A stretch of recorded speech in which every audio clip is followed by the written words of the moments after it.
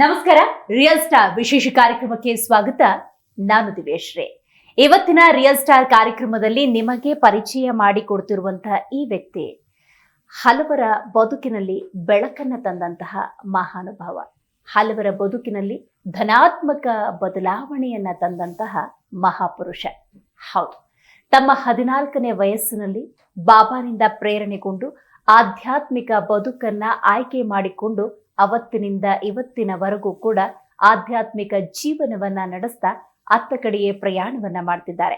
ಹೌದು, ಇವತ್ತು ನಮ್ಮ ಕಾರ್ಯಕ್ರಮದಲ್ಲಿದ್ದಾರೆ ಸಾಯಿ ಸಂಸ್ಥಾನ ಟ್ರಸ್ಟ್ ನ ಫೌಂಡರ್ ಆಗಿರುವಂತಹ ಗುರುಮೂರ್ತಿ ಗುರೂಜಿಯವರು. ಮೊದಲಿಗೆ ಅವರಿಗೆ ಕಾರ್ಯಕ್ರಮಕ್ಕೆ ಸ್ವಾಗತವನ್ನ ಕೋರೋಣ. ಗುರುಗಳೇ, ಕಾರ್ಯಕ್ರಮಕ್ಕೆ ಸ್ವಾಗತ. ಜೈ ಸರ್. ಪೂಜ್ಯ ಶ್ರೀ ಗುರುಮೂರ್ತಿ ಗುರೂಜಿ ಆಧ್ಯಾತ್ಮಿಕ ಸಂತರಾದ ಇವರು ಸಾಯಿ ಸಂಸ್ಥಾನ ಟ್ರಸ್ಟ್ನ ಸಂಸ್ಥಾಪಕರು. ತಮ್ಮ 14ನೇ ವಯಸ್ಸಿಗೆ ಆಧ್ಯಾತ್ಮದ ಹಾದಿ ಹಿಡಿದ ಸಂತ.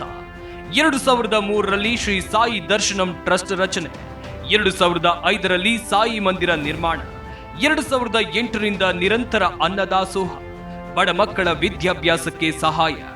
ಮೂಲತಃ ಚನ್ನರಾಯಪಟ್ಟಣದವರಾದ ಗುರೂಜಿ ಆರೋಗ್ಯ ಮತ್ತು ನೇತ್ರ ತಪಾಸಣೆ ಶಿಬಿರಗಳನ್ನ ಆಯೋಜನೆ ಮಾಡ್ತಾರೆ. ವೃದ್ಧರು, ಕಲಾವಿದರ ನೆರವಿಗೆ ಟ್ರಸ್ಟ್ಗಳನ್ನ ಸ್ಥಾಪಿಸುತ್ತಿದ್ದಾರೆ. ಗುರೂಜಿಯವರಿಗೆ Zee Kannada news real star award ನೀಡೋಕೆ ನಾವು ಹೆಮ್ಮೆ ಪಡುತ್ತೇವೆ. ಸಮಾಜದಲ್ಲಿ ಇದು ಮಾಡಬೇಕಾದಂದಾಗ ಎಲ್ಲ ನೋವುಗಳನ್ನು, ಒಳ್ಳೆಯದು ಕೆಟ್ಟದ್ದು ಎಲ್ಲವನ್ನೂ ಅನುಭವಿಸಿ ಸಾರ್ವಜನಿಕ ಜೀವನದಲ್ಲಿ ಅಥವಾ ಜನಸೇವೆಯಲ್ಲಿ ತೊಡಬೇಕಾಗತ್ತೆ. ಆದರೆ ಅದನ್ನು ಎಷ್ಟೋ ಒಂದನ್ನು ಅಲ್ಲಲ್ಲಿ ಮನಸ್ಸು ಕುಗ್ಗಿದಾಗ ಇಂಥ ಕಾರ್ಯಕ್ರಮಗಳ ಮುಖಾಂತರ ಮತ್ತೆ ಉತ್ತೇಜನ ಸಿಗ್ತು, ಇನ್ನಷ್ಟು ಸೇವೆ ಮಾಡಬೇಕು ಅನ್ನೋವಂಥ ಪ್ರೇರಣೆ ಆಗುತ್ತೆ. ಇದು ಇನ್ನಷ್ಟು ಉತ್ತಮವಾದ ಜನಗಳ ಸೇವೆ ಮಾಡೋದಕ್ಕೆ ಒಂದು ಅವಕಾಶ ಅಂತ ನಾನು ಭಾವಿಸ್ತೇನೆ. ಪ್ರಶಸ್ತಿ ಎನ್ನುವಂಥದ್ದು ಕುತ್ಕೊಳ್ಳೋದಕ್ಕೋಸ್ಕರ ಇನ್ನಷ್ಟು ಸೇವೆ ಮಾಡಿ, ಇನ್ನಷ್ಟು ಜೀವನದಲ್ಲಿ ಗುರಿಯನ್ನು ಇಟ್ಕೊಂಡು ಪ್ರಶಸ್ತಿ ಅನ್ನೋದಕ್ಕಿಂತ ಹೆಚ್ಚಿತವಾಗಿ ಜನ ನಮ್ಮ ಮೇಲೆ ಆ ವಿಶ್ವಾಸ ಮತ್ತು ಇದನ್ನಾಗಿ ಕೆಲವು ಸಂಘ ಸಂಸ್ಥೆಗಳಾಗಿರ್ಬೋದು ಅಥವಾ ತಮ್ಮಂಥ ಮಾಧ್ಯಮ ಮುಖಾಂತರ ಇರ್ಬೋದು, ಅದನ್ನು 4 ಜನಕ್ಕೆ ಪ್ರೇರಣೆ ಆಗೋ ರೀತಿ ಇದೆ. ಅದು ಅತ್ಯುತ್ತಮವಾದ ಸಮಾಜಮುಖಿ ಕಾರ್ಯ ಅಂತ ಅಂದ್ಬಿಟ್ಟು ವಾಪಸ್ ನಿಮಗೆ ಅಭಿನಂದಿಸ್ತೀವಿ. 14ನೇ ವಯಸ್ಸಿಗೆ ನಿಮಗೆ ಪ್ರೇರಣೆ ಆಗುತ್ತೆ. ಬಾಬಾ ಹೇಳ್ತಾರೆ ಇದು ನಿನ್ನ ಮಾರ್ಗ ಅಂತ ಸೂಚಿಸ್ತಾರೆ. ಅವತ್ತಿನಿಂದ ಇವತ್ತಿನವರೆಗೂ ನಿಮ್ಮ ಪಯಣ ಹಿಂಗೇನೆ ನಡೀತಾನೆ ಇದೆ. ಮೊದಲಿಗೆ ಹೇಗೆ ಪ್ರೇರಣೆ ಆಯಿತು? 14ನೇ ವಯಸ್ಸು ಅಂದಾಗ ಮೈದಾನದಲ್ಲಿ ಆಟ ಆಡುವಂಥದ್ದು, ಶಾಲೆಗೆ ಹೋಗುವಂಥದ್ದು, ಹೇಗೆ ಪ್ರೇರಣೆ ಆಯಿತು? ಯಾಕೆ ಆಧ್ಯಾತ್ಮ ಮಾರ್ಗವನ್ನ ನೀವು ಆಯ್ಕೆ ಮಾಡಿಕೊಂಡ್ರಿ? ಇಲ್ಲಿ ನಾವು ನೀವು ಹೇಳ್ತಾ ಇರಬೇಕಾದಾಗ ನನಗೆ ಹಳೆಯ ನೆನಪುಗಳನ್ನು ವಾಪಸ್ ಹಿಂದಕ್ಕೆ ಹೋಗ್ತಾ ಇದೆ. ನಾವು ಒಂದು ಒಕ್ಕಲಿಗ ಕುಟುಂಬದಿಂದ ಬಂದರೂ ಸಹಿತ ಈ ಆಧ್ಯಾತ್ಮವನ್ನು ನನಗೆ ಬಹಳಷ್ಟು ಚಿಕ್ಕ ವಯಸ್ಸಿನಲ್ಲೇ ಟೀಕೆ ಟಿಪ್ಪಣಿಗಳು ಬಂತು. ಆದರೆ ಅದ್ರ ಜೊತೆಗೆ ಆಧ್ಯಾತ್ಮ ಅನ್ನುವಂಥದ್ದು ಇವತ್ತು ಯಾವ ರೀತಿಯಲ್ಲಿ ಅಂತಂತಂದರೆ ಎಷ್ಟೋ ನೊಂದ ಸ್ವಾತ್ಮಾನ ಕೊಡುವಂಥ ದಿವ್ಯ ಶಕ್ತಿಯಾಗಿದೆ. ಅದರಲ್ಲಿ ನನ್ನ ಚಿಕ್ಕ ವಯಸ್ಸಿನಲ್ಲೇ ಈ ಆಧ್ಯಾತ್ಮ ಯಾಕೆ ಅಂತ ಅನ್ನೋದಕ್ಕಿಂತ ಇದನ್ನಾಗಿ ನಾನು 8ನೇ ವಯಸ್ಸಿನಲ್ಲೇ ಎಲ್ಲರೂ ನೆಂಟರು ಬಂದರೆ ದುಡ್ಡು ಕೊಟ್ಟಾಗ, ನೆಂಟರು 5 ರೂಪಾಯಿ 2 ರೂಪಾಯಿ ಆ ರೀತಿ ಕೊಟ್ಟಾಗ ನಾನೇನು ಮಾಡ್ತಿದ್ದೆ, ಅದನ್ನು ಕಡ್ಡಿ ಕರ್ಪೂರ ಬಾಳೆಹಣ್ಣ ತಂದುಬಿಟ್ಟು ದೇವರು ಇದು ಮಾಡಿ ಅದ್ರಲ್ಲಿ ಊದ್ಕಡ್ಡಿ ಪ್ಯಾಕೆಟ್ನಲ್ಲಿ ಗಣೇಶ ಎಲ್ಲ ಬರ್ತಿತ್ತು ಮುಂಚೆ, ರೌಂಡ್ ಪ್ಯಾಕೆಟ್. ಅದನ್ನ ಹಿಟ್ಟಿನಲ್ಲಿ ಅಂಟಿಸ್ಬಿಟ್ಟು ಅದಕ್ಕೆ ಪೂಜೆ ಮಾಡಿಬಿಟ್ಟು ನಾನೇ ಸಪ್ರೇಟಾಗಿ ದೇವ್ರ ಮನೆ ನನ್ನ ದೇವಸ್ಥಾನ ಕಡಿಸ್ತೀನಿ ಅಂತ ಅಂದ್ಬಿಟ್ಟು ಆಟ ಆಡ್ತಾ ಇದ್ದೆ. ಅಲ್ಲಿಂದ ಇದನ್ನ ಹಾಕೊಂಡು ನನ್ನ 14ನೇ ವಯಸ್ಸಿನಲ್ಲಿ ನನಗೊಂದು ಸ್ವಲ್ಪ ನಾನು ಶಾಲೆಗೆ ಹೋಗ್ತಾ ಇದ್ದೆ. 9ನೇ ಕ್ಲಾಸ್ ತರಗತಿನಲ್ಲಿ ಓದ್ತಾ ಇದ್ದೆ. ನಾವಲ್ಲಿ ಮುಂಚೆ JP ನಗರ ಪುಟ್ಟೇನಹಳ್ಳಿ ಅಂತ ಅಂದ್ಬಿಟ್ಟು ನಾವು ಭಾಳಷ್ಟು ಇಲ್ಲಿಗೆ ಒಂದು 35 ವರ್ಷ ಆಯಿತು. ಅಲ್ಲಿಂದ ನಾವು NS ಪಾಳಿಕ್ಕೆ ಹೆಚ್ಚು ಕಮ್ಮಿ ಒಂದು 6 ಕಿಲೋಮೀಟರ್ ನಡ್ಕೊಂಡೇ ಹೋಗ್ಬೇಕಾಯ್ತು. ಬಸ್ಗಳು ಇರಲಿಲ್ಲ ಮುಂಚೆ, ಅದೊಂಥರ ಹಳ್ಳಿ ಥರ ಇದನ್ನಿತ್ತು. ಇದನ್ನ ಇದು ಮಾಡ್ಕೊಂಡು ಅವತ್ತು ಸೆನ್ಸಸ್ ಇತ್ತು. ಆ ಸೆನ್ಸಸ್ ಇದರಿಂದ ರಜಾ ಇದನ್ನಾಗಿತ್ತು. ನನಗೆ ಯಾರು ಏನು ಅಂತ ನಮ್ಮ ತಾಯಿ ಯಾವಾಗಲೂ ಹೇಳ್ತಿದ್ರು. ಅವರು ಇವರು ಮುಂಚೆ ಎಲ್ಲ ಭಾಳಷ್ಟು ಭಿಕ್ಷಕರು, ಅವರು ಇವರು ಸಾಧುಗಳು ಇವರೆಲ್ಲ ಬರ್ತಾ ಇದ್ರು ಮನೆ ಹತ್ರ ಭಿಕ್ಷೆ ಬಿಡೋದಕ್ಕೆ. ಇವಾಗೆಲ್ಲ ಯಾರು ಇಲ್ಲ. ಹಾಗೆ ಇದು ಮಾಡ್ತಾ ಅವ್ರು ಯಾರು ಬಂದ ಮುಂದಕ್ಕೆ ಹೋಗಯ್ಯ ಅಂತ ಅಂದ್ಬಿಟ್ಟು ನಮ್ಮ ಹಳ್ಳಿ ಸೊಗಡು ಭಾಷೆ ಮುಂದಕ್ಕೆ ಹೋಗಯ್ಯ ಅಂತ ಹೇಳ್ತಿದ್ದೆ. ಆಗ ಬಾಬಾ ಅವರು ಸಾಯಿಬಾಬಾ ಅಂತ ನನಗೆ ಗೊತ್ತಿಲ್ಲ. ಅವರು ಶಿರಡಿ ಸಾಯಿಬಾಬಾ ಹೆಚ್ಚು ಪ್ರಚಲಿತವೂ ಅಷ್ಟು ಇದನ್ನಾಗಿರಲಿಲ್ಲ. ಸಾಯಿಬಾಬಾ ಅನ್ನುವಂಥದ್ದು ನಮಗೇನು ಗೊತ್ತಿಲ್ಲ. ಯಾರೋ ಮಹಾತ್ಮರು, ಯಾರೋ ಗೊತ್ತಿಲ್ಲ, ಫಕೀರರು, ಸಾಧುಗಳು, ಸಂತರು ಏನು ಅಂತ ಗೊತ್ತಿಲ್ಲ. ಮುಂದಕ್ಕೂ ಆಗ ಬಾಬಾ ಅವರು ಒಂದು ಮಾತು ಹೇಳಿದ್ರು, ನಾನು ನಿನಗೆ ಭಿಕ್ಷೆಯನ್ನ ನಾನು ಭಿಕ್ಷೆಯನ್ನು ಬೇಡೋದಕ್ಕಲ್ಲ ಬಂದಿರುವಂಥದ್ದು. ನನ್ನ ಭಿಕ್ಷೆಯ 6 ಜನದ ಮನೆ ಭಿಕ್ಷೆ ಮೀರಿದೆ. ಈಗ ನಿನಗೆ ಜ್ಞಾನ ಭಿಕ್ಷೆಯನ್ನು ನೀಡೋದಕ್ಕೋಸ್ಕರ ನಾನು ನಿನಗೆ ಬಂದಿದ್ದೇನೆ ಅಂತ. ನನಗೇನು ಅರ್ಥ ಆಗಲಿಲ್ಲ. ಮುಂದಕ್ಕೆ ಹೋಗಯ್ಯ ಅಂತ ಹೇಳಿದ್ವಿ. ನಕ್ಕು ಬಿಟ್ಟು ನೀನು ಯಾವಾಗ ಕರೀತೀಯೋ ಆಗ ನಾನು ಬರ್ತೀನಿ ಅಂತ ಅಂದ್ಬಿಟ್ಟು ಇದು ಮಾಡಿದ್ರು. ಅದಾದ ನಂತರ 2 ವರ್ಷ ಆದ ನಂತರ ಅವ್ರು ತುಳಸಿ ಬೃಂದಾವನ ಕಟ್ಟೆ ಹತ್ರ ಇದ್ದಂಥದ್ದು. 2 ವರ್ಷ ಆದ ನಂತರ ಹಳೆ ತುಳಸಿ ಹೋಗ್ಬಿಟ್ಟು ಅಂತ ಆ ತುಳಸಿ ಗಿಡನ ತೆಗೆದಾಗ ಅಲ್ಲಿ ಅವ್ರ ಪಾದಕಿಗಳ ರೀತಿ ಮಿಣ ರೀತಿನಲ್ಲಿ ನನಗೆ ದರ್ಶನ ಆಯಿತು. ಅದು ಲೌಕಿಕವು ನಂಬಿಕೆ ಬಹಳ ಮುಖ್ಯ. ಇವತ್ತಿನ ಇದರಲ್ಲಿ ಬಹಳಷ್ಟು ಇದನ್ನದಿರುತ್ತೆ, ಆದರೆ ನಾವು ಸತ್ಯವನ್ನು ಹೇಳಬೇಕು. ನನ್ನ ಇದರಲ್ಲಿ ನಡೆದಂಥದ್ದನ್ನ ನನ್ನ ಅನುಭವ ಅದು ನನಗೆ ಮಾತ್ರ ಗೋಚರ ಇದನ್ನದು ಇದನ್ನಾಯ್ತು. ಆಗಿದ್ದ ಕೆಲವೇ ಕ್ಷಣಗಳಲ್ಲಿ ಮತ್ತೆ ಅವರು ದರ್ಶನ ಆದರು ಫಕೀರರು. ನನಗೆ ನೀವು ಯಾರು ಏನು ಅಂತ ನನ್ನ ಸಾಯಿಬಾಬಾ ಅಂತ ಕರೀತಾರೆ. ನಂಗೆ ಸಾಯಿಬಾಬಾ ಹೇಳೋಕ್ಕೂ ಬರಲ್ಲ, ನನ್ನ ಜಾದೂಗಾರ ಶಾಯಿಬಾಬಾ ಅಂತಂತಿದ್ದೆ.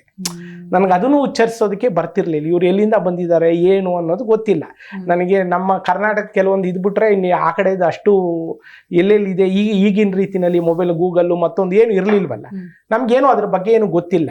ಆದರೆ ಅವರಲ್ಲಿರುವಂಥ ವಿಶೇಷವಾದ ದಿವ್ಯ ಶಕ್ತಿ ಮತ್ತು ಅವರಲ್ಲಿರುವಂಥ ತೇಜಸ್ಸು, ಅವರಲ್ಲಿರುವಂಥ ನುಡಿಗಳು, ಅದನ್ನೆಲ್ಲ ನನ್ನನ್ನು ಒಂದು ರೀತಿಯಲ್ಲಿ ತನ್ನದೇ ಆದ ಲೋಕಕ್ಕೆ ಕರ್ಕೊಂಡು ನನ್ನದೇ ಆದ ಒಂದು ಲೋಕನ ಸೃಷ್ಟಿ ಮಾಡ್ಕೊಂಡೆ. ಪ್ರತಿನಿತ್ಯ ಟೀ ಕೊಟ್ಟರೆ ಅವ್ರಿಗೊಂದು ಲೋಟ ಟೀ ಕೊಡೋದು, ನಾನು ಇದು ಮಾಡೋ ಅಂಥದ್ದು. ನಮ್ಮ ತಾಯಿಯವರೆಲ್ಲ ಬಹಳ ಇದನ್ನು ಒಂಥರ ವ್ಯತ್ಯಾಸವಾಗಿ ನೋಡ್ತಾ ಇದ್ರು, ಇದೇನು ಈ ರೀತಿ ಇದು ಮಾಡ್ತಾ ಇದೆಯಾ ಅಂತ ಅಂದ್ಬಿಟ್ಟು. ನನಗೆ ಆ ಥರ ಗೋಚರ ಆಗೋದಕ್ಕೆ ಪ್ರಾರಂಭ ಆಯಿತು. ಅಲ್ಲಿ ನನ್ನ ಆಧ್ಯಾತ್ಮಿಕದ ಜೀವನಕ್ಕೆ ಮೊದಲನೇ ಮೆಟ್ಟಿಲಿನಾಗಿ ಸಾಯಿಬಾಬಾ ಅವರ ಅನುಗ್ರಹ ಆಯಿತು. ಹಾಗಾದ ನಂತರ ಅವರ ಆಶೀರ್ವಾದವೂ ಆಯಿತು. ಎಷ್ಟೋ ದಿವ್ಯ ಪವಾಡಗಳು ಸಹಿತ ನಡೀತು. ಅದನ್ನು ಪುಸ್ತಕ ರೀತಿಯಲ್ಲೂ ತಂದಿದ್ದೇವೆ.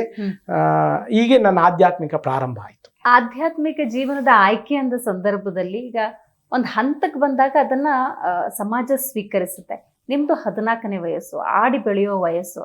ನೀವು ನಿಮ್ಮ ಪೋಷಕರ ಹತ್ರ ಹೇಳಿರ್ಬೋದು ಹಿಂಗೇನೋ ನನಗೆ ಪ್ರೇರಣೆ ಆಗ್ತಿದೆ ಅಂತ, ಅಥವಾ ನಿಮ್ಮ ಸ್ನೇಹಿತರ ಹತ್ರ ಹೇಳಿರ್ಬೋದು. ಅವಾಗ ಅದನ್ನು ಪೋಷಿಸೋರು ಇರ್ತಾರೆ, ಯಾರೋ ಹುಚ್ಚ ಸುಮ್ಮನೆ ಮಾತಾಡ್ತಿದ್ದಾನೆ ಈ ತರ ಮಾತಾಡೋದವರು ಇರ್ಬೋದು. ಆ ಸವಾಲುಗಳನ್ನು ಹೇಳ್ಬೋದಾ? ಆ ಸವಾಲುಗಳನ್ನು ನಮ್ಮ ಮನೇಲಿ ನಮ್ಮ ತಾಯಿನೇ ಅದನ್ನು ಬಹಳ ಇದನ್ನಾಗಿ ಇದು ಮಾಡೋದು ಅಂಥದ್ದು. ನಾವೇನು ಅಂತಂದರೆ ಮೆಜೆಸ್ಟಿಕ್ನಲ್ಲಿ ರಸ್ತೆ ಫುಟ್ಪಾತ್ ಮೇಲ್ಗಡೆ ಮುಂಚೆ ಫೋಟೋಗಳನ್ನ 2 ರೂಪಾಯಿಗೆ ಮಾರ್ತಾಯಿದ್ರು. ಇಲ್ಲಿ ಸಾಯಿಬಾಬಾ ಫೋಟೋನ ಒಂದು ಕೆಂಪು ಕಲರ್ದು ಬಟ್ಟೆ ಹಾಕೊಂಡು ಹಿಂಗೆ ಬಟ್ಟೆಯನ್ನು ತಲೆ ಕಟ್ಟಿದ್ದಂಥದ್ದು ಇತ್ತು. ನಾನು ಬಸ್ ಇದನ್ನು ಅರ್ಧ ದಾರಿಗೆ ಜಯನಗರ ಗಂಟ ಇದನ್ನಾಗುವಂಥದ್ದನ್ನು ದುಡ್ಡನ್ನು ನೆಡ್ಕೊಂಡೇ ಹೋದೆ. ಆ ಚಿತ್ರನ ತಗೊಂಡೆ. ಇವ್ರು ನನಗೆ ಗೊತ್ತಿದೆಯಲ್ಲ, ನನಗೆ ಇದನ್ನಾಗ್ತಿದೆಯಲ್ಲ, ಇದೇ ಥರನೇ ಇದ್ದಿದ್ದಾರೆ. ಆದರೆ ಕಲರ್ಫುಲ್ ಆಗಿತ್ತು. ಇವ್ರು ನೋಡಿದ್ರೆ ಸ್ವಲ್ಪ ಇದನ್ನಾಗಿತ್ತು. ಇದನ್ನ ಆ ಫೋಟೋನ ಎತ್ಕೊಂಡ್ ಬಂದ್ಬಿಟ್ಟು ಮನೆಯಲ್ಲಿ ಇದನ್ನ ಫ್ರೇಮ್ ಗಿಮ್ ಏನಿಲ್ಲ ನಮ್ಮಲ್ಲಿ, ಇದನ್ನ ಇಲ್ಲ, ಇದನ್ನ ಗಮ್ಮನ ತಂದ್ಬಿಟ್ಟು ಅದನ್ನ ಮರದ ಗೋಂದನ ನೀರನ್ನ ನೆನಾಕ್ಬಿಟ್ಟು ಅದನ್ನ ಮನೆಗೆ ಹಚ್ಚಿದೆ. ಇದು ಯಾವುದು, ಇದು ಸಾಬ್ರು ದೇವ್ರನ್ನ ತಂದ್ಬಿಟ್ಟಿದ್ಯಾ ನೀನು, ಯಾವುದೋ ಸಾಬ್ರು ದೇವ್ರನ್ನ ಪೂಜೆ ಮಾಡ್ತಾ ಇದೆಯಾ, ಹಂಗೆ ಹಿಂಗೆ ಅಂತ ಯಾವ ನೋಡು ಇದನ್ನು ಮಾಡ್ತಾ ಇರ್ತೀಯಾ, ಕಣ್ಣು ಮುಚ್ಕೊಂಡು ಕೂತ್ಕೊಂಡ್ಬಿಡ್ತೀಯಾ, ಗಂಟುಗಟ್ಟಲೆ ಇದೆಲ್ಲ ನಮಗೆಲ್ಲ, ನಾವು ಒಕ್ಕಲಿಗರಿದ್ದೀವಿ, ನಮಗೆಲ್ಲ ಇದೆಲ್ಲ ನಮ್ಮ ದೇವ್ರು ಬಿಟ್ರೆ ಆಗ ಬರಲ್ಲ ಇದೆಲ್ಲ ಅಂತ ಅಂದ್ಬಿಟ್ಟು ಒಂದ್ಸಲ ನಮ್ಮ ತಾಯಿ ಏನು ಮಾಡಿಬಿಟ್ರು, ಇದನ್ನ ಫೋಟೋನ ಕಿತ್ಬಿಟ್ಟು ನೀರೊಳಗಡೆ ಹಾಕಿ ಇದು ಮಾಡಿಬಿಟ್ರು. ನಾನು ತುಂಬ ಅದ್ರ ಮೇಲೆ ಭಾವನೆ ತುಂಬ ಇಟ್ಕೊಂಡಿದ್ದೆ. ಭಾವನೆ, ಭಕ್ತಿ, ಶ್ರದ್ಧೆ ಎಲ್ಲ ಇತ್ತಿತ್ತಲ್ಲ. ವಾಪಸ್ಸು ಇದನ್ನ ಇದು ಮಾಡಿಕೊಂಡು ತುಂಬ ಅಳೋದಕ್ಕೆ ಶುರುವಾಗೋಗ್ಬಿಟ್ಟೆ. ಇದು ಮಾಡ್ಕೊಂಡು ಆದಮೇಲೆ ನಮ್ಮ ತಾಯಿ ಏನು ಮಾಡಿದ್ರು, ಅವ್ರಿಗೆ ಏನು ಗೋಚರ ಆಯಿತೋ ಗೊತ್ತಿಲ್ಲ, ಅವ್ರಿಗೆ ಏನು ಇದನ್ನಾಯಿತೋ ಗೊತ್ತಿಲ್ಲ. ಒಂದು ಸ್ವಲ್ಪ ಹೊತ್ತು ಆದಮೇಲೆ ಅವ್ರೇನು ಹೇಳೋವಂಥದ್ದು, ನನಗೆ ನಿನ್ನ ಶರೀರವೇ ಕಾಣಿಸ್ಲಿಲ್ಲ, ನಿನ್ನ ಶರೀರವೇ ಕಾಣಿಸ್ಲಿಲ್ಲ ಸ್ವಲ್ಪ ಹೊತ್ತು ನನಗೆ ಅಂತ ಆಮೇಲೆ ಹೇಳಿದ್ರು. ಎಷ್ಟೋ ದಿವಸ ಆದ್ಮೇಲೆ ಹೇಳಿದ್ರು. ಆ ಫೋಟೋನ ಮತ್ತೆ ಇದು ಮಾಡಿಬಿಟ್ಟು ಕ್ಲೀನಾಗಿ ಅದನ್ನ ಇದು ಮಾಡಿಬಿಟ್ಟು ಒರೆಸಿ ಇದು ಮಾಡಿ ಆ ಬಿಸಿದು ಇದನ್ನ ಹಾಕ್ಬಿಟ್ಟು ಇದು ಮಾಡಿದ್ರು. ಅದು ಸ್ವಲ್ಪ ಪ್ಲಾಸ್ಟಿಕ್ ಇದ್ದಿರೋದ್ರಿಂದ ಏನೂ ಆಗಲಿಲ್ಲ ಆ ಫೋಟೋ. ಅದನ್ನ ಹಾಗೆ ಇಟ್ಕೊಂಡು ಅದು ಹಂಗಂಗೆ ಸ್ವಲ್ಪ ಇದನ್ನಾಗಿತ್ತು, ಹಾಗೆ ಪೂಜೆ ಮಾಡ್ತಾ ಇದ್ದೆ. ಇದನ್ನ ಇನ್ನ ಮಿತಿ ಮೀರ್ಕೊಂಡು ಇದು ಮಾಡಿದಾಗ ಇವ್ನಿಗೆ ಎಲ್ಲೋ ಜ್ಞಾನ ಕೆಟ್ಟೋಗ್ಬಿಟ್ಟಿದೆ ಇವನಿಗೆ ಅಂತ ಅಂದ್ಬಿಟ್ಟು ನಮ್ಮ ತಂದೆನೂ ಇದ್ರು. ಅವಾಗ ಎತ್ಕೊಂಡು ಹೋಗ್ಬಿಟ್ಟು ನನ್ನನ್ನು ನಿಮಾನ್ಸ್ ಹಾಸ್ಪಿಟ್ಲಲ್ಲಿ ಎತ್ಕೊಂಡು ಹೋಗಿ ತೋರಿಸೋದಕ್ಕೆ ಇದು ಮಾಡ್ಕೊಂಡ್ರು. ಏನು ಈ ಯಾವಾಗ ನೋಡು ಮಂತ್ರಿಗಳು ಹೇಳೋವಂಥದ್ದು, ದೇವ್ರ ನಾಮಸ್ಮರಣೆ ಹೇಳೋವಂಥದ್ದು, ಯಾವ ನೋಡು ಇದನ್ನ ಇದು ಮಾಡೋವಂಥದ್ದು, ಈ ರೀತಿ ಎಲ್ಲ ಮಾಡ್ತಾ ಇರ್ತಾನೆ. ನಮ್ಮ ಇದರಲ್ಲಿ ಯಾರೂ ಇಲ್ವಲ್ಲ, ಈ ರೀತಿ ಯಾಕೆ ಅಂತ ಅಂದ್ಬಿಟ್ಟು ನಮ್ಮ ತಾಯಿ ಮಾಡೋದನ್ನು ಇದು ಮಾಡೋದು ಅಂತ. ಅಲ್ಲಿ ಏನೋ ಆ ರೀತಿ ಏನು ಇದನ್ನಿಲ್ಲ, ಒಬ್ಬೊಬ್ರಿಗೂ ಒಂದೊಂದು ರೀತಿಯಲ್ಲಿ ಅಂತ ಹೇಳ್ಬಿಟ್ಟು ತಕ್ಷಣ ಕಳಿಸ್ಕೊಟ್ರು. ಆ ರೀತಿ ಏನು ಇದು ಪ್ರಯತ್ನ ಅಂತೂ ಆಮೇಲೆ ಸ್ವಲ್ಪ ದಿವಸ ಆದ್ಮೇಲೆ ಅವರೇ ಬಿಟ್ಬಿಟ್ರು, ಅವರೇ ಭಕ್ತಿಗೆ ಪ್ರಾರಂಭಿಸ್ಕೊಂಡ್ರು. ಆಮೇಲೆ ಆ ವಯಸ್ಸಿನಲ್ಲಿ ನಾನು ಹೇಳೋ ಒಂದು ಮುಗ್ಧತೆ ಇದ್ದಿರೋದ್ರಿಂದ ಆ ರೀತಿ ನನಗೆ ಆ ಚಿಕ್ಕ ವಯಸ್ಸಿನಲ್ಲಿ ಏನೂ ಆಗ್ಲಿಲ್ಲ. ಯಾವಾಗ ಮನುಷ್ಯನಿಗೆ ನಾನು ಹೇಳುವಂಥದ್ದು ಸಮಸ್ಯೆಗಳು ಎಲ್ಲಿ ಪ್ರಾರಂಭ ಆಗುತ್ತೆ, ಹೆಸರು ಎಲ್ಲಿ ವೃದ್ಧಿ ಆಗುತ್ತೋ, ಎಲ್ಲಿ ಇದನ್ನಾಗುತ್ತೋ ಆ ರೀತಿ ಬರುತ್ತೆ ಟೀಕೆ ಟಿಪ್ಪಣಿಗಳೇ. ನಮ್ಮ ನೆಂಟರುಗಳಲ್ಲಿ ಸಹಜವಾಗಿತ್ತು. ಇದನ್ನ ಇದ್ಬಿಟ್ಟು ಇದನ್ನ ಮಾಂಸಾಹಾರ ತ್ಯಜಿಸುವಂಥದ್ದು, ಇದನ್ನ ಇದು ಮಾಡುವಂಥದ್ದು, ದೇವ್ರಿಗೆ ಯಾವಾಗ ನೋಡು ಪೂಜೆ ಮಾಡ್ತಾ ಇರುವಂಥದ್ದು, ಹೂಗಳನ್ನೆಲ್ಲ ನಾನು ಏನು ಹೂವು ಕಾಸು ಇಲ್ಲದ್ರೆ ಇದು ಮಾಡೋದು, ಹೂವು ಏನು ಮಾಡ್ಬಿಡ್ತಿದ್ವಿ, ಎಲ್ಲೆಲ್ಲಿ ಕಾಂಪೌಂಡಲ್ಲಿ ಇರುತ್ತೋ ಅಲ್ಲೆಲ್ಲ ಕಿತ್ಕೊಂಡ್ಬಂದು ಪೂಜೆ ಮಾಡುವಂಥದ್ದು. ರಾತ್ರಿ ಅಯ್ಯಪ್ಪ ಸ್ವಾಮಿ ಭಜನೆ ನಡೀತಾ ಇದ್ರೆ ಅಲ್ಲಿ ಹೋಗಿ ಕುತ್ಕೊಂಡ್ಬಿಟ್ಟು ರಾತ್ರಿ 11 ಗಂಟೆ ಆದರೂ ಬರ್ತಾ ಇರಲಿಲ್ಲ. ಈ ರೀತಿ ನನ್ನ ಇದರಲ್ಲಿ ಚಿಕ್ಕ ವಯಸ್ಸಿನಲ್ಲೇ ಬಂದಂಥದ್ದು. ಆಮೇಲೆ ನಮ್ಮ ಮನೆಯಲ್ಲೂ ನಮ್ಮ ತಾಯಿ ನಮ್ಮ ತಂದೆ ತೀರೋಗ್ಬಿಟ್ರು. ಆಮೇಲೆ ಭಕ್ತಿ ಪೂರ್ವಕವಾಗಿದ್ವಿ. ಅವಾಗ್ಲೂ ಇದನ್ನ ಹಾಕೊಂಡು ಭಕ್ತಿ ಪ್ರಕಾರವಾಗಿ ನಡ್ಕೊಂಡು ಬಂದಿದ್ದು. ಸಹಜವಾಗಿ ಏನಾಗುತ್ತೆ ಅಂದ್ರೆ ಇಂಥ ಸವಾಲಿನ ಸನ್ನಿವೇಶದಲ್ಲಿ ಏನಾದ್ರೂ ಪವಾಡಗಳು ನಿಮ್ಮ ಜೀವನದಲ್ಲಿ ಘಟಿಸಿದ್ರೆ ನೀವು ಅದನ್ನ ನಂಬೋದು. ಅಂಥದ್ದೇನಾದ್ರೂ ನೀವು ಅಂದುಕೊಂಡಿಲ್ಲದಾಗಿದ್ದಂತೆ ಏನಾದ್ರೂ ಇತ್ತ? ನೋಡಿ, ಅದರಲ್ಲಿ ಬೇಕಾದಷ್ಟು ಪವಾಡಗಳು ಅಂತಂತಂದರೆ, ಒಬ್ಬ ಮನುಷ್ಯನ ಪವಾಡಗಳಂದರೆ ಯಾವುದೋ ವಸ್ತುಗಳನ್ನು ಸೃಷ್ಟಿ ಮಾಡುವಂಥದ್ದು, ಇದು ಮಾಡುವಂಥದ್ದು ಪವಾಡಗಳಲ್ಲ. ಒಬ್ಬ ಮನುಷ್ಯನ ಜೀವಿತ ಅವಧಿಯಲ್ಲಿ ಅವನನ್ನು ಉತ್ತಮವಾದ ಮಾರ್ಗಕ್ಕೆ ತಗೊಂಡೋಗುವಂಥದ್ದು, ಅಥವಾ ಅವನಿಗೆ ಯಾವುದು ಕೊಟ್ಟರು ಏನು ಕೊಟ್ಟರು ಸಹಿತ ಸಿಗದಿದ್ದನ್ನು ಅವನಿಗೆ ಸಿಗುವಂಥ ಶಾಂತತೆ ಏನಿತ್ತು ಅದೇ ನಿಜವಾದ ಪವಾಡ ಅಂತ. ಈಗ ಯಾವುದೋ ಒಂದು ವಸ್ತು, ಬಂಗಾರನೇ ಇರ್ಬೋದು, ವಜ್ರನೇ ಇರ್ಬೋದು, ಅವ್ನು ಸಂಪಾದನೆ ಮಾಡಿದ್ರೆ ದುಡ್ಡು ಕೊಟ್ಟು ಹಣ ಕೊಟ್ಟು ತಗೊಂಡ್ಬಿಡ್ಬೋದು, ಅದು ಸಿಗುತ್ತದು. ಅದೇನು ತೊಂದರೆ ಇಲ್ಲ. ಯಾರಾದರೂ ಗಿಫ್ಟ್ ಆಗೋ ಕೊಡ್ಬೋದು ಅಥವಾ ಸಿಗ್ಬೋದು. ಆದ್ರೆ ನಾನು ಹೇಳುವಂಥದ್ದು, ಅವನ ಮನಸ್ಸಿನಲ್ಲಿ ಯಾವುದನ್ನ ಕೊಂಡುಕೊಳ್ಳಕ್ ಆಗ್ದಿರುವಂಥದ್ದನ್ನ ಭಗವಂತನ ದೃಷ್ಟಿಯಿಂದ ಬಂದಂಥದ್ದೇನಿರುತ್ತೋ ಅದು ನಿಜವಾದ ಪವಾಡ ಅಂತಂತೆ. ನಾವು ಐಶ್ವರ್ಯ, ಅಂತಸ್ತು, ಆಸ್ತಿ ಇವನ್ನೆಲ್ಲ ದೇವ್ರು ಕೊಟ್ಟ ಪವಾಡ ಅಂತ ಅದನ್ನು ನೀನು ಮುಂಚಿತವಾಗಿ ನಿರ್ಧರಿಸ್ಬಿಟ್ಟಿರುತ್ತೆ. ನಿನ್ನ ಶ್ರಮ ನಿನ್ನನ್ನು ಕಾಪಾಡುತ್ತೆ. ಆದ್ರೆ ನಿನ್ನ ಜೀವಿತ ಅವಧಿಯಲ್ಲಿ ಹೇಗೆ ಅಂತಂತಂದ್ರೆ ಅದನ್ನ ಇವತ್ತಿಗೂ ಸಹಿತ ಹೌದು, ಎಷ್ಟೋ ಸಂದರ್ಭದಲ್ಲಿ ನಮಗೂ ಸಹ ಹೌದು, ಇನ್ನೊಬ್ರಿಗೂ ಹೌದು. ಅದಕ್ಕೆ ಉದಾಹರಣೆ ಏನು ಅಂತಂತಂದ್ರೆ, ಒಬ್ಬ ಮೈಸೂರು, ಆತನ ಹೆಸರು ಹೇಳುವಂಥದ್ದು ಬೇಡ, ಆತ ಸಾಫ್ಟ್ವೇರ್ ಇಂಜಿನಿಯರು. ಆತ ಆತ್ಮಹತ್ಯೆ ಮಾಡ್ಕೊಳ್ಳುವಂಥ ಸ್ಥಿತಿಗೆ ಹೋಗಿ ಇದು ಮಾಡ್ಕೊಂಡು ಇದನ್ನ ಇದ್ದಾಗ ಆಕಸ್ಮಿಕವಾಗಿ ನಮ್ಮ ಫೇಸ್ಬುಕ್ ಇದನ್ನ ದೊರಕಿತ್ತು. ಆ ಮುಖಾಂತರ ಯಾರೋ ಇನ್ನೊಬ್ರು ಶಿಷ್ಯರ ಮುಖಾಂತರ ಇದು ಮಾಡಿ ಒಂದು 4 ಲೈನಲ್ಲಿ ಆತನಿಗೆ ಆನ್ಸರ್ ಮಾಡಿದೆ ನಾನು. ಅವನು ಆತ ಇವತ್ತಿಗೂ ಎಷ್ಟು ಇದನ್ನ ಅಂದರೆ ಅಷ್ಟು ಭಕ್ತಿಪೂರ್ವಕವಾಗಿ ಅವನಿಗೆ ಬಂದಂಥ ಒಂದು ಜಿಗುಪ್ಸೆ ಬಂದಂಥದ್ದನ್ನು ಹೋಗಿ ಇವತ್ತು ಇದನ್ನಾಯ್ತು. ಅದು ನಿಜವಾದ ಪವಾಡ ಅಂತೀನಿ. ಬಾಬಾ ಅವರಿಂದ ಬಂದಂಥ 4 ವಾಕ್ಯಗಳು ಇದೆಯಲ್ಲ, ಪ್ರತಿಯೊಬ್ಬ ಭಗವಂತನಾದಂತೂ ಪ್ರತಿಯೊಂದು ಜೀವಿಯನ್ನು ಒಂದಲ್ಲ ಒಂದು ಉದ್ದೇಶಕ್ಕೋಸ್ಕರ ಸೃಷ್ಟಿ ಮಾಡಿರ್ತಾನೆ. ಆ ಕೆಲಸ ಮುಗಿಯೋ ಗಂಟ ಯಾರೂ ಸಹಿತ ಇಲ್ಲಿಂದ ಹೊರಡೋದಕ್ಕೆ ಅನುಮತಿ ಇಲ್ಲ. ನಾವಷ್ಟಕ್ಕೆ ನಾವೇ ಅದನ್ನು ಮಾಡ್ತು ಅಂದರೆ ಅದು ದೌರ್ಭಾಗ್ಯ ಆಗುತ್ತೆ, ಅದು ಜನ್ಮಾಂತರಗಳಿಗೆ ಅನುಭವಿಸ್ಬೇಕಾಗತ್ತೆ ಅಂತ ಒಂದು 4 ಲೈನ್ ಹೇಳಿದೆ ಅಷ್ಟೇ. ನನಗೆ ಗೊತ್ತಿರುವಂಥದ್ದನ್ನ ಏನು ಧರ್ಮ ಹಿರಿಯರು, ಋಷಿಗಳು, ಮಾನ್ಯರು ಏನು ಹೇಳಿದ್ರು ಅದನ್ನ ಹೇಳಿದೆ. ಇವತ್ತು ಆ ರೀತಿ ಇದೆ. ಆ ರೀತಿ 100 ಜನ, ಬಹಳ ಜನ ಹೆಣ್ಮಕ್ಳುಗಳಿರ್ಬೋದು, ಬಹಳ ಜನ ಇದಿರ್ಬೋದು, ಪೂಜೆ ಪುನಸ್ಕಾರ ಅಲ್ಲ, ಅವ್ರಿಗೆ ಬೇಕಾದಂಥದ್ದು ಜ್ಞಾನ. ಆ ಜ್ಞಾನ, ಆ ನೋವಿನ ಪ್ರೀತಿ ಭಾವನೆಯಲ್ಲಿ ನಾವು ಆ ಪ್ರೀತಿಯನ್ನು ವ್ಯಕ್ತಪಡಿಸಿ ಇದು ಮಾಡಿದಾಗ ಅವರು ಖಂಡಿತ ಸ್ವಾತ್ಮಾನವಾಗುತ್ತೆ. ಅದನ್ನ ಬಿಟ್ಟು ನಾವೇನ್ ಮಾಡ್ತೀವಿ, ಇದನ್ನ ಯಾವುದೋ ವಸ್ತು ಕೊಡುವಂಥದ್ದು, ನಮ್ಗೆ ಹಣ ಬಂದ್ಬಿಡ್ತು, ಐಶ್ವರ್ಯ ಬಂದ್ಬಿಡ್ತು, ಇದನ್ನೆಲ್ಲ ಅಂತ ಅನ್ನುವಂಥದ್ದು ನನ್ನ ದೃಢತೆಯಲ್ಲಿ ಅದು ನಿಜವಾದ ಪವಾಡ ಅಲ್ಲ.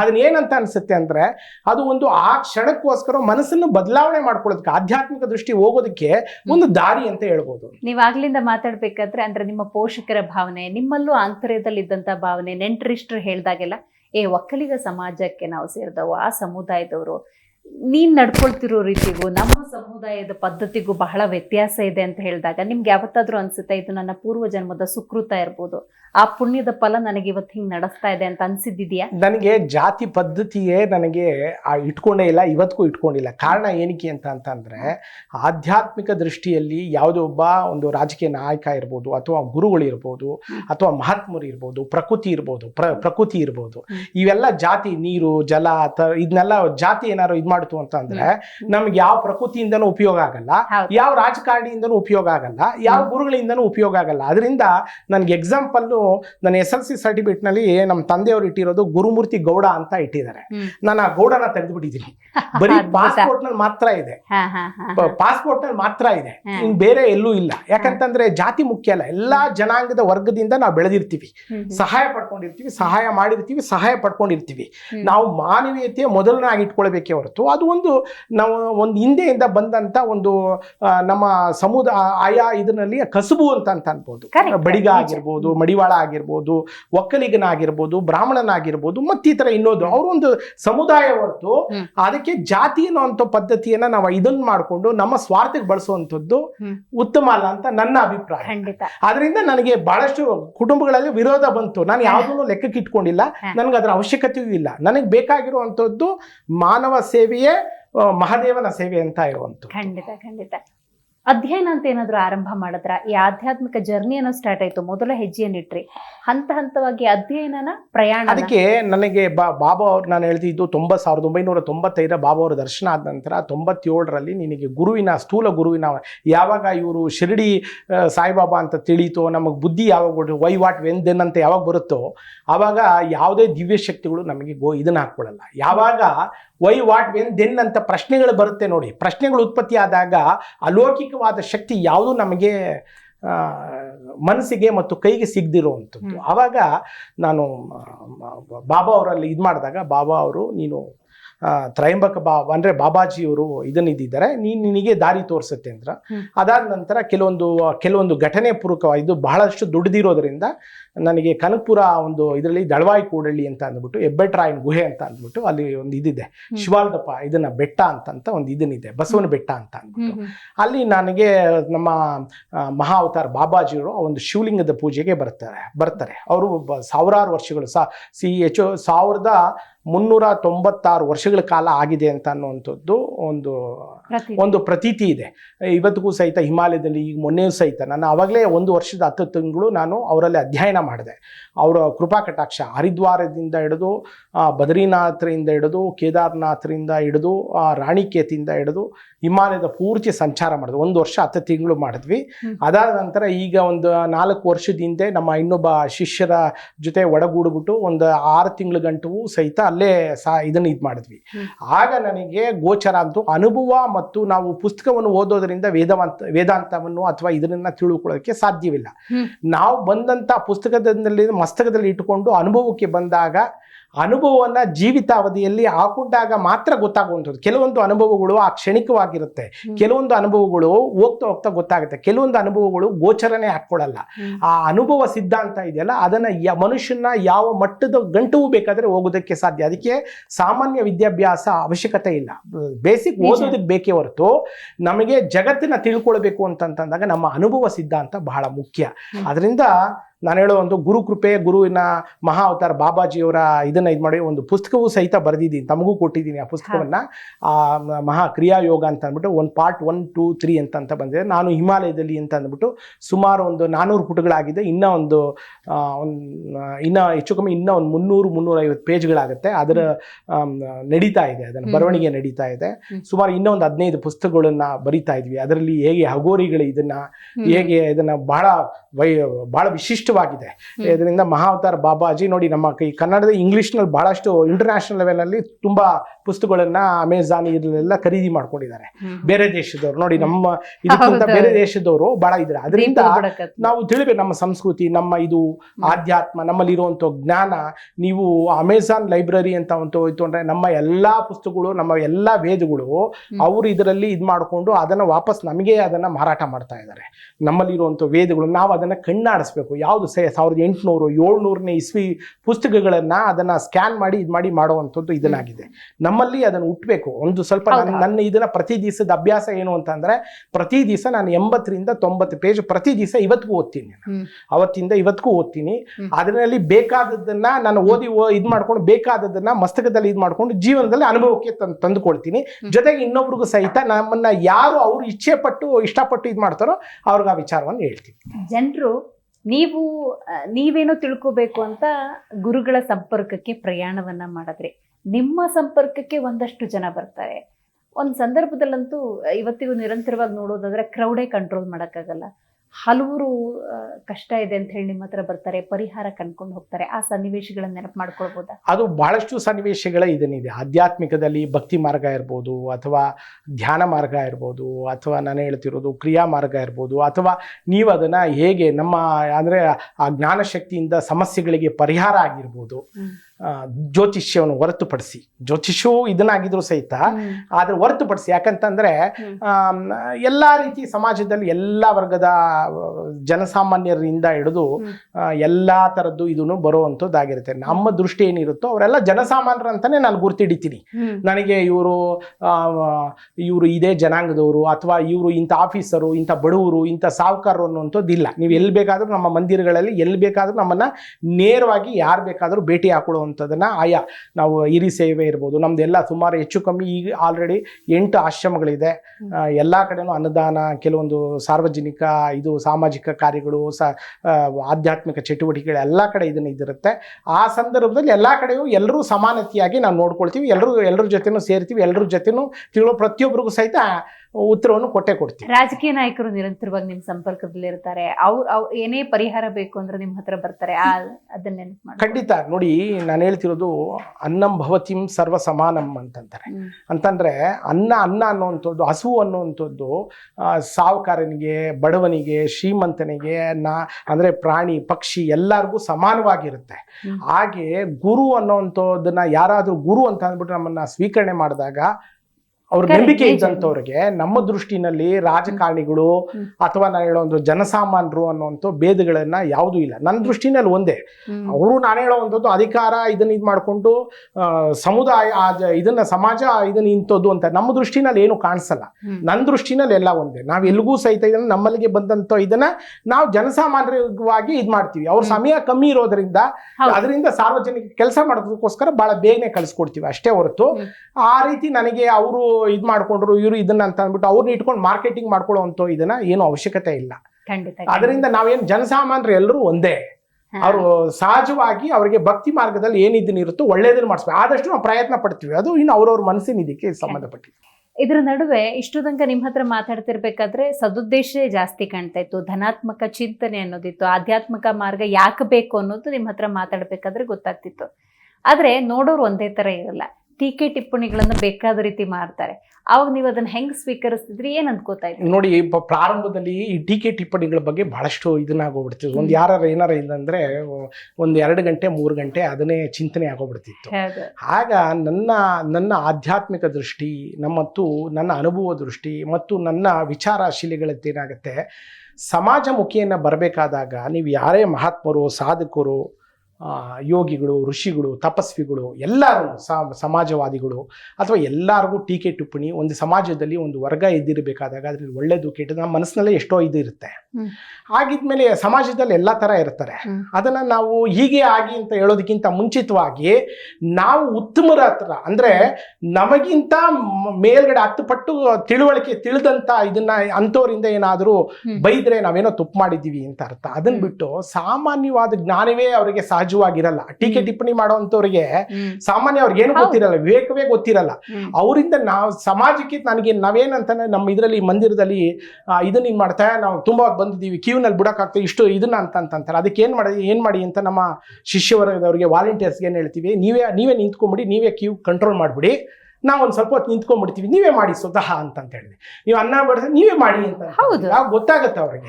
ನಾನು ಹೇಳೋವಂಥದ್ದು ಮಾಡೋದು ಬಹಳಷ್ಟು, ಯಾಕಂತಂದ್ರೆ ಸುಲಭ. ಹೌದು, ಈಗ ಪ್ರಕೃತಿ ವಾಯು ಬಹಳ ಚೆನ್ನಾಗಿ ಕೊಟ್ಟಿದೆ. ಮಾತನಾಡೋಕೆ ವಾಯುವಿಂದ ನಮ್ಮ ಆತ್ಮಶಕ್ತಿನೂ ಇರಿದಿರುತ್ತೆ. ಯಾರು ಏನ್ ಬೇಕಾದ್ರೂ ಮಾತಾಡ್ಬೋದು, ಆದ್ರೆ ಅದನ್ನ ಮಾತು ತೋರಿಸ್ಬೇಕಾದಾಗ್ಲೇ ಗೊತ್ತಾಗುವಂಥದ್ದು. ಅದರಿಂದ ಟೀಕೆ ಟಿಪ್ಪಣಿಗಳು ಸಹಜವಾಗಿ ಸಮಾಜ ಮುಖೇನ ನಾವೇ ಅಲ್ಲ ಯಾರಿದ್ರು ಸಹಿತವಾಗಿರುತ್ತೆ. ಅದನ್ನ ಸಾಮಾಜಿಕವಾಗಿ ಎದುರಿಸುವಂಥದ್ದು, ಸಮಾಜಕ್ಕೆ ಎದುರಿಸಬೇಕಾಗತ್ತೆ. ನೇರವಾಗಿ ಯಾರು ಮಾತಾಡಿದಾಗ ನೇರವಾಗಿ ಉತ್ತರ ಕೊಡ್ಬೇಕಾಗತ್ತೆ. ಹಾಗಂತ ಸ್ವಾಮಿಗಳು ಅಂತ ಅಂದ್ಬಿಟ್ಟು ನೋಡಿ ಹೀಗೆ ಅಂತ ಅನ್ನುವಂಥದ್ದು ಏನು ಬೇಕಾಗಿಲ್ಲ. ಯಾಕಂತಂದ್ರೆ ನಾವು ಮನುಷ್ಯರೇ, ಜನಗಳ ಯಾರೋ ಕೆಲವೊಂದು ಸಮುದಾಯದ ಕೆಲವೊಂದು ಇವರು ನಮ್ಮನ್ನ ಗುರು ಅಂತ ಸ್ವೀಕರಣೆ ಇತ್ತು. ಅವ್ರ ಗುರು, ನೀನು ನನ್ನ ಗುರು ಆಗೋ ಅವಶ್ಯಕತೆ ಏನಿಲ್ಲ, ನಾನು ಇನ್ನ ಶಿಷ್ಯ, ನಾನು ಇನ್ನ ಸರ್ವರಲ್ಲೂ ಒಂದೊಂದು ತಿಳಿದು ಸರ್ವಜ್ಞರೇ ಹಂಗೆ ಹೇಳ್ತಾರೆ. ಹಂಗಿರ್ಬೇಕು, ತಿಳ್ಕೊಳ್ಳೋದೇ ಬಹಳಷ್ಟು ಇರುತ್ತೆ.